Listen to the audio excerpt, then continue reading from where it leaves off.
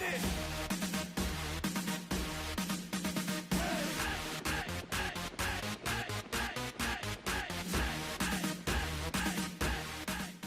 Hey there, everybody. Welcome back to the FN20 Academy series with me, Chris Army. And so far, we've looked at tactics, we looked at training, we looked at the morale system, we looked at assembling your backroom staff, and then in the last video, we've looked at how I go about transfers, and just a few extra bits that people don't do. So a bit of a long video, that one. Trying to keep them a bit more bite-sized than that, but just the situation we were in, I had to spend the time with the deals in place that could make a big difference to the season.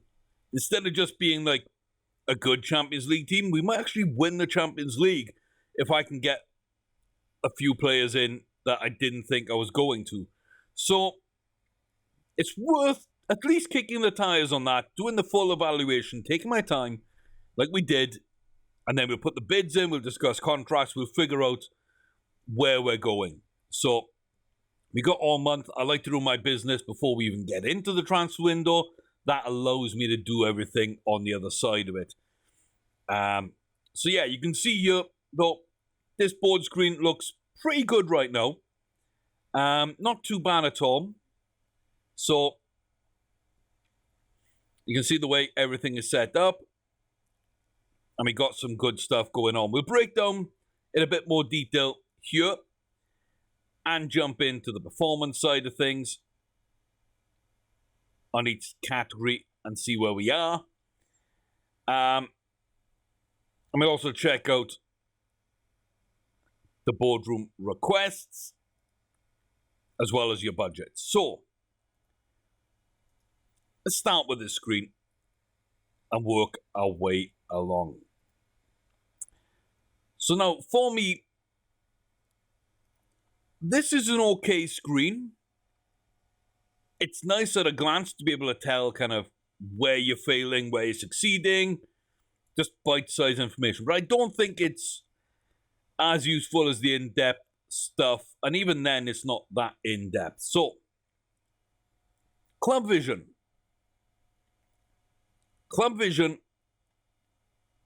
can be huge.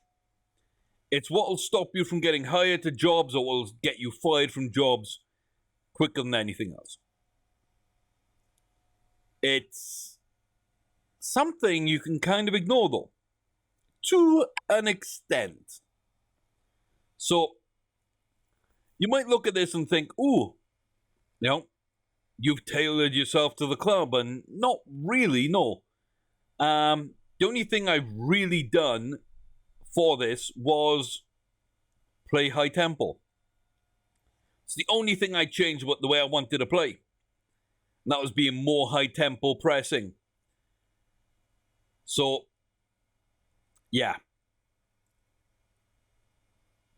I'm going to attack normally. They wanted me to press. I decided, yeah, that makes sense. If I make a couple of tactical changes, I made those, it worked. I continue to press.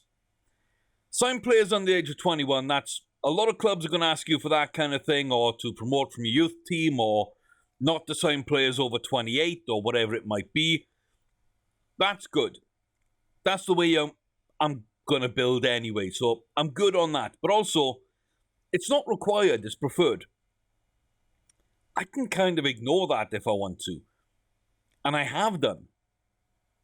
I've signed a 23-year-old, a 22-year-old, and another 22 or 23-year-old. Like, big profile signings. None of them hit this objective, but it's still delighted. Why? Because I've signed like 4 or 5 under 21s as well.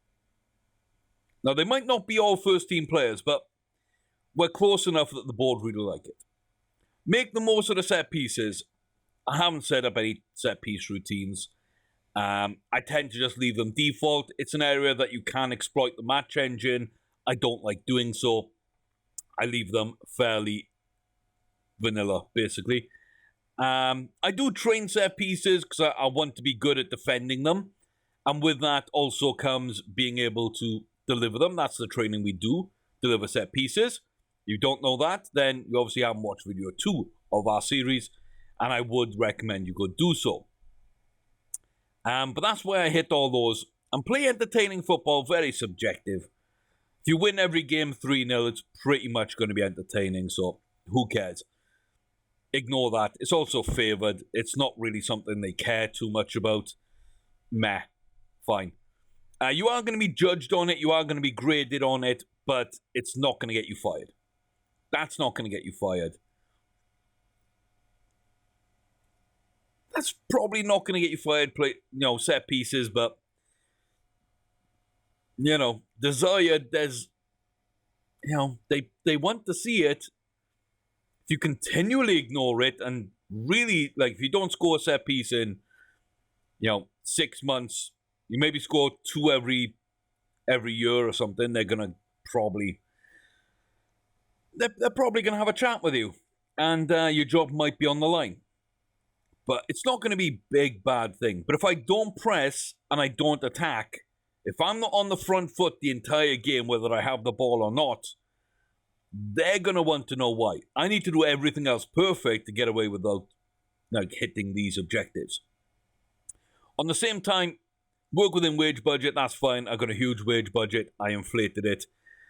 I sold a ton of players, made the club a lot of money. I've put those back in facilities, but I've also put a lot of my transfer funds into the wage budget so that I'm always going to be hitting that. I could sign Messi and Ronaldo tomorrow, pay them each $1 million, and I could still find a way to be under that wage budget. So it's kind of crazy. At least I think so. Maintain the best youth system in the country. Well, we've only just got that. 2 years of constant upgrades. We are now the best youth system in the country. We can't upgrade it anymore. Now we need to maintain it. That's something I'm going to do anyway. So again, they're not really big, bad things. Maintain the club status of the most reputable in Germany. Well, first we've got to get there. We haven't done that yet. That's why they're reserving judgment. We haven't done that yet. They really want to be the number 1 club. They want to overtake Bayern Munich. That's fine. It's a 5-year plan. I've got time to get there. And I need to be the number 1 5 years out. So I'm okay with that. 2 years into this project, and they give me 5 years to do this pretty much. Yeah, that's fine.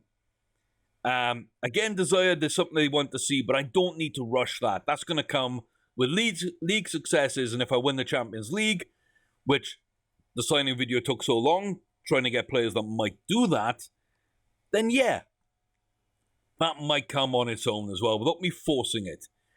Increased commercial revenue, I've got zero input on that. I can't do anything on that.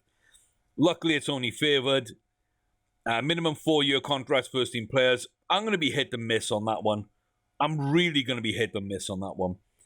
But they're not judging that. They're reserving judgment on that. The commercial income will come if we do well, if our reputation does go up. Then the board will have more chances to sell the club to the merchandising people and yada yada. And we're already bringing in players that will increase that. So, yeah, that'll be good enough, I think. I don't think I've got anything to worry about there.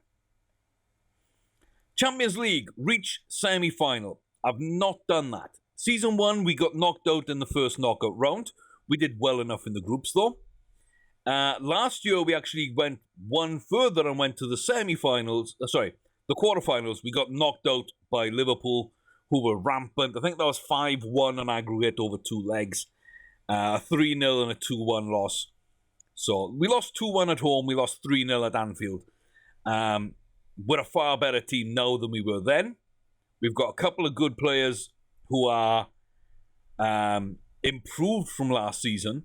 We've got better depth players than we had last season. And on top of that, we've got 3 world-class players that we didn't have last season. So, one step further, should be okay. Win the Bundesliga, I chose that one. They wanted me to qualify for Champions League. I wanted to go one further. So I decided to put in and up the ante because we've won it twice in a row. It wasn't even close last season. Bayern Munich had a bad season. Dortmund had an abysmal season, and we kind of won it by end of February, really. It wasn't even close. So I put that up myself. Again, I'm not worried about that. So we should be okay. Win the DFB Pokal, their FA Cup. I'm going to ignore that one. I'm going to play the kids. They're going to get knocked out in round 1 or 2. The board are going to be upset. And I'm not going to care because I'm going to end up winning the league, which will more than offset that. Hitting this objective will more than offset that. If I got knocked out by Liverpool in the quarterfinals again here, they're going to be okay with that if I win the league as well. Super Cup isn't any issue at all. So they don't care. I don't care. And doing good here will take care of everything else pretty much, as long as I'm close on the Champions League. So objectives-wise, I'm really not worried. Become the most reputable team in Europe, well, work towards it. We're still working towards being number 1 in Germany, but it's not much of a step up then. Like, if we beat Bayern Munich, then it's a couple of English teams and Juventus, probably the only one from Italy, and Liverpool, Man City, Barcelona, Real Madrid, Paris Saint-Germain. That might be it. Those might be the only sort of 6 or 7 above Bayern Munich. Become the most reputable in the world. Well, the top ones in the world are European teams. So, hand in hand, that's fine. Grow the club's reputation. That's hand in hand with those. And hand in hand with being the most reputable team in Germany. And develop the best youth system in the world. I can't increase it anymore, so I think it already is. So we'll see. We'll see. But again, I don't think that's a worry. So this season should be okay. Then next season, develop the best youth system in the world. Most reputable, develop, yada, yada, yada. Maintain a Bundesliga challenge, win silverware, maintain. So basically, what they want me to do this season is what they want me to do for the next 5 years. And what I can ignore this season, being the cup competitions, as long as I do maybe slightly under Champions League, but I win the league every year, I think I'm okay. I don't think they're going to have any issues with me there. So all I've really got to do is get to the knockouts of the Champions League, which I've done 2 years in a row quite easily, and win the Bundesliga, which I've done 2 years in a row. I know I've got a much better team to do it. I'm already playing their style of football, and I've already hit their objectives well ahead of time. So there are stuff I can ignore. There's stuff I can, but I don't need to, because it does suit the way I do things. There's stuff that I want to do anyway, and they want me to do. There's stuff that they wanted me to do that I have to do now that I don't really want to, but it does work and it does fit. I found a way of making it work so it's not an issue. And then there's stuff that I can ignore, I have ignored, and I'm going to continue to ignore. And that's the Cups. I don't care. I don't care. You look at match performance. When you get matches, you'll see how they go. They'll give you feedback there. That's okay. Transfer activity. If the fans are happy, the board are going to be unhappy. If the board are unhappy, the fans are going to be happy. It's very little that they're going to be on the same page for. Selling players, 90% of the fans are going to hate. Even if I sell a first-team player, replace him with a better first-team player, the fans are going to be pissed off. So I think I've made like 450 million. I've brought in like over the 2 years. So we've got the summer transfer window, winter, summer, winter, and we're in the summer now. This is the 5th transfer window. 2 seasons under my belt. I've made 450 million already. I've got 30 extra players, most of which are young players, to develop for the future, on more than we sold, while making 450 million. We've got a better first 11 by far in every position than we had, apart from one, which is Upamecano. He's the only one that's kept his spot the entire way through. But we've got a better first 11 than we've ever had.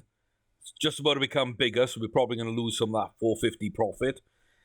Probably down to 300 or 350 profit in total, which is still really good for like 5 transfer windows.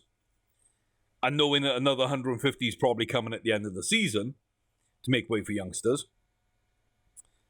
The depth is much better than ever before, and the youth's much better than before. So I've improved everywhere while making a huge profit. And yeah, I'm going to get a C plus and a C. Basically, ignore this. This is terrible. This screen is terrible. They take nothing into account.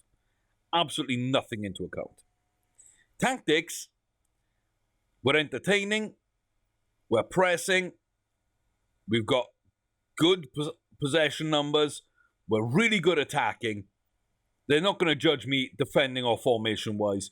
They got no thoughts on that whatsoever. They don't care, I don't care. Interesting feedback, but again, I don't worry about it. It's going to get me a B+, which with my C from the transfers is going to be a C+ to a B. And then the squad, again, this is taken directly from Dynamics. If you're already working that way, which is video 2, in training, you're doing the things I told you there. Your atmosphere is going to be great. They're going to support you. You're going to get an easy A. And that takes that C+ or that B- up into the B+ territory. And then you win games, and that B+ probably goes up towards an A. And we're hitting most of these fairly easily. We got another B- there. We're probably floating around a B+ in total. And that's where we actually do hit right now with those numbers. Probably going to go up a little bit. We're probably going to be bordering on an A. But like, this is never going to be good. Transfers is never going to be good. The way they judge things is absolutely broken. But we've already looked at the squad and how the dynamics work. Easy A. Easy A. Tactics, yeah, they're going to work really well. That was video 1. That should be an A. It's not quite yet, but we haven't played the first game of the season.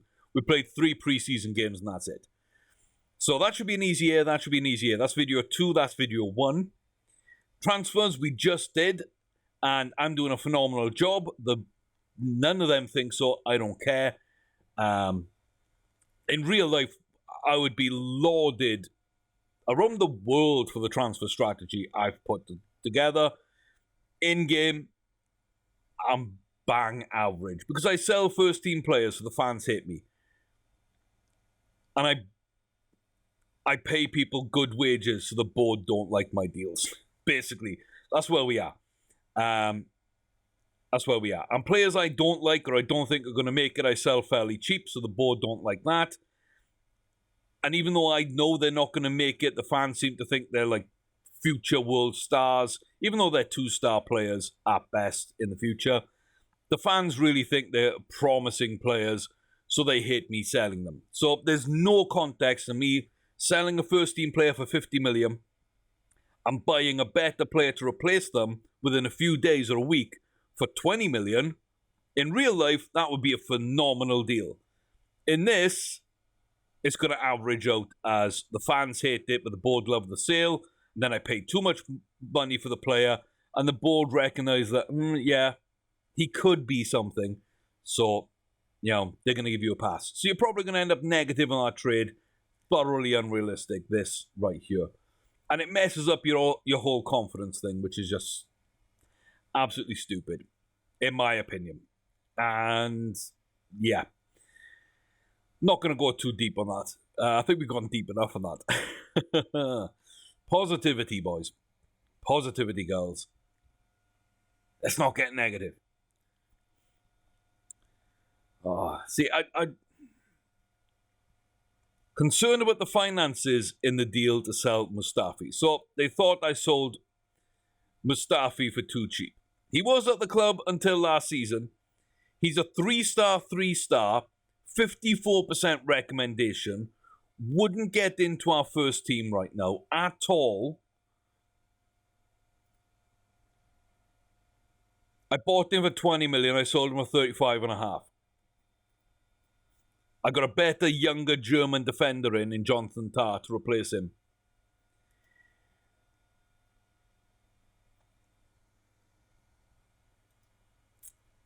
But that's a criticism. Timo Werner, they wanted me to get more money for. They also said that the first time I sold him. 68 million to Barcelona. He didn't play well. He wanted to leave. I went back and bought him for 17 million less. We made 17 million for him being away from the team for 1 year. Plus, I bought in somebody else cheap that I ended up selling and made a ton of profit on them in the meantime, in that one season. He came back and had a great season for us, did really well, and we end up making a further 25 million on him, selling him to Liverpool to accommodate a player that is much better than him. Now, okay, I spent a ton of money on that player. And he'd be the only player in the world I would sell Timo Werner for. But how are they bad deals?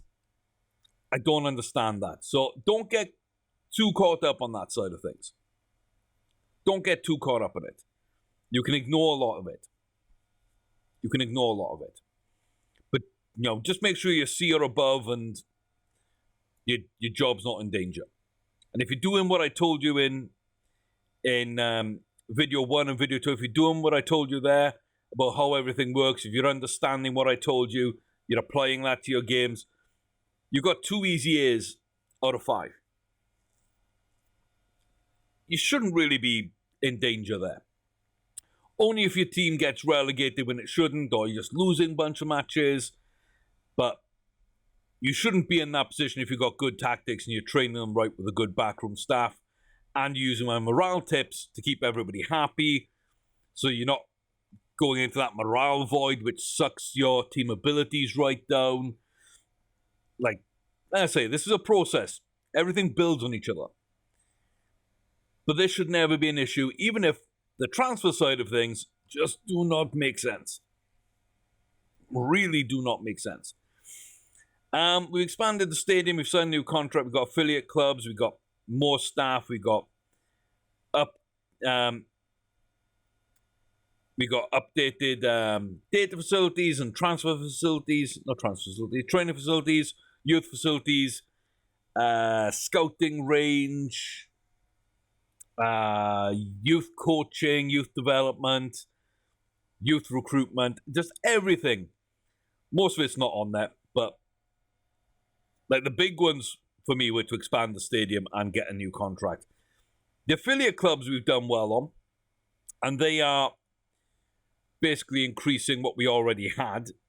So that's our B team.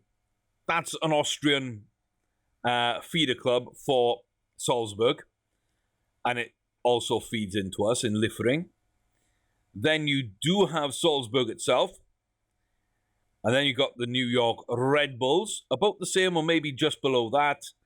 You got their academy feeding into them. You also got the Brazil club feeding into them and into Salzburg. And also there's a Ghanaian one in real life that may or may not still exist, but at some level does. But also, because we're in Brazil, we gain merchandise sales. Because we're in America, we gain those merchandise sales. Because we're in Austria, we get... I don't understand that one at all. But we gain merchandise sales. So how do you make more money? How do you increase your reputation? Merchandise sales. Australia, merchandise sales. Feeder club. My third one I got, Western Sydney Warriors. The second one I got was South Korea. I went with the Pohang Steelers. Again, very good, very cheap. And Japan, the Kashima Antlers. Same reason. So we're very much dialed into one way of thinking with our feeder clubs. So all the ones that were set up are okay, and some of them, I don't think they should all be merchandising sales, but they are. So we've just added some more to that in Asia and just maximize our revenue where we can. I wouldn't really look at too much outside of that, maybe to get some youngsters in through your youth academy, but again, that doesn't really matter, especially being in Germany where you get good youth prospects anyway. I do believe them and Portugal are the two biggest producers of youth in Europe. So you don't really need to bring in from outside too much. So we've had a look at this. We know kind of how to keep our job and where we're looking and what we can ignore there. The other thing to look at on your boardroom will be your budgets. Make sure that you've got plenty of wages to sign people. Again, that will give you a very nice rating in the performance table. And again, with video 1 and 2, with the tactics and training, they should give you easy A's. That should give you an easy B or an A, depending how much room you've got to give. And then all this stuff becomes even less important, as far as keeping your job is concerned. Maybe you want to get an A, maybe you want to ace all of it, but again, you're going to need to do this either way. So keep that in mind. If you do want to put it all into your wages, you can do. And any transfer budget that you've got left over is great, but if you don't have any, if that goes down to 0, then any transfers you make, you have to adjust your budgets. And also, if you want to pay for a transfer, you can do it that way, but players are going to see you've got more transfer budget or more wage budget, and they're going to ask for higher wages, or in the case of a transfer budget, you're going to ask for more of a signing on fee to kind of compensate. So somewhere in the middle is pretty good. I've got mine set at about 4 million wages. We're only spending 2.2. We're unlikely to go above 2.5. So I'm well below the budget. I've got a ton of transfer budget from all those sales we've made in previous years. So we're set up quite nicely on that front. And the only other thing really to look at on the boardroom will be the board requests. If you are low, you can ask for some more budget. If you want more wages or transfers, ask for both of these. Because again, you can always make those adjustments. The only times you can't is when you're in contract negotiations and you've got offers out there that are waiting to be responded to, because then the board will lock down your budget because the offers you've made are basically, dependent on those budgets and where the slider is. So apart from that, you can always ask for more. And if they give you more transfer budget, you can always put it into wages and vice versa. Increase junior coaching is always a good thing. Again, it means that the youngsters you get through your academy are going to be better right now. Do not decrease it unless your money is in dire straits. And even then, I wouldn't do it. If you're heavily in debt, so be it. But the way you're going to get out of that debt is probably by selling good young players with potential. So that junior coaching budget is going to more than pay for itself. A couple of 100,000 at most, I think, a season. That would be one good youngster a year will more than pay for it. And without it, you're not going to get players of that ability. Compact youth recruitment. Again, increase youth recruitment, really good. This, really bad. Doesn't cost anywhere near as much as the benefit it provides. Decrease scouting range. I don't see a point in this anymore. Since you're able now to choose where your scouting packages are, I don't believe that this has any real effect. Existing affiliation, I don't think we can end any of the Red Bull ones. We could probably do a couple of our own, but we set them up for a reason. We're going to try and hold on to them. This is also where you would find a new affiliate. And again, I would look first and foremost to solidify financially with that merchandise deal. Stadium, increasing stadium size, etc. We've only just expanded our stadium. It's at its maximum. I could ask for a build new stadium right now, but again, it's really not going to be worth it. We've only just gone up by, I think, like 15,000 seats. We'll fill this up for a year or two, and then I'll ask for a new stadium. It can't be, your current stadium can't be younger than 25 years old. So it was built in the last 25 years, you will not get a new stadium. Ours was built in 1968. It's only been upgraded since then. not built. So we will be able to do that. And then staff, increasing wages. If you are not able to sign the staff you want, you need more wages, this would be a good area to ask for it. Or if you want more staff members, like scouts alone. I always want to add scouts, and they never want to do it. So the final little bit of this video is when to push your luck, how to push it, what not to click, and when to back off. So I'm pretty sure that Oliver is going to tell me no.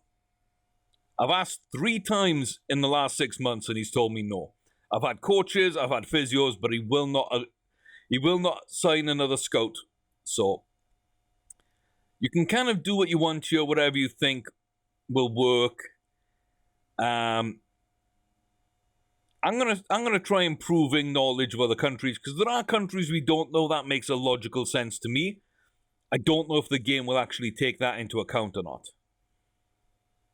We believe the number of scouts available is enough for you to succeed. I agree, but I want more. So this isn't something I'm going to fight too hard for. The one thing I don't want to click is, if you don't grant this request, I'm not certain I'll be able to carry on in my job.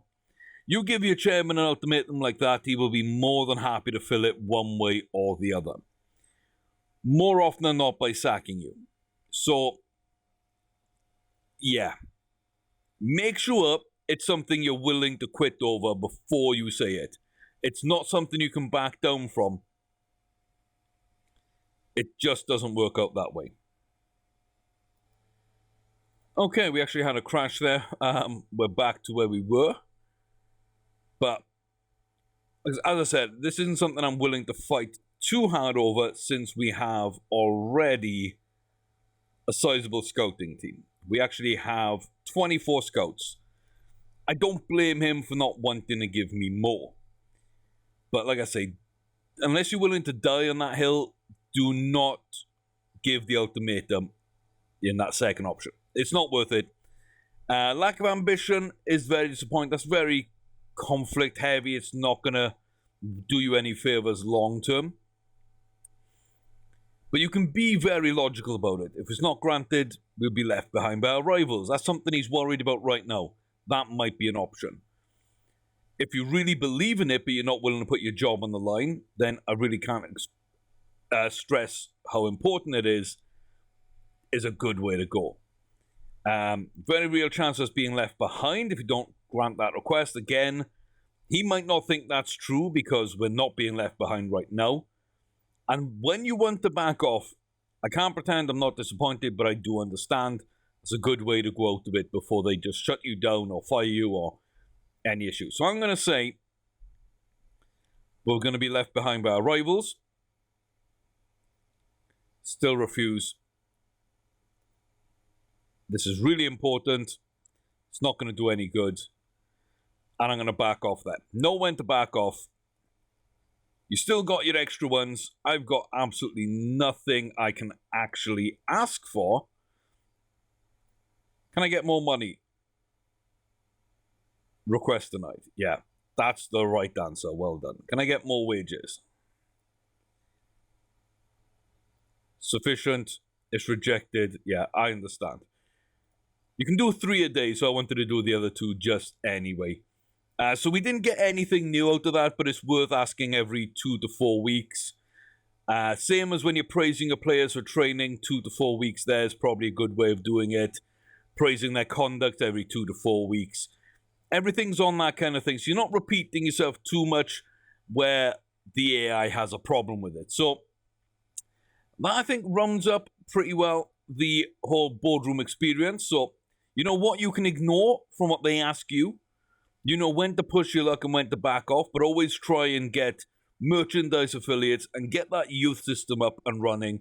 So better youth training, better training facilities, better youth recruitment, junior coaching, scouting range. Get all that going to make sure that you're competing with the very best. At that level, you're going to find the players by setting your staff in place like we showed you in previous videos and how to sign those players.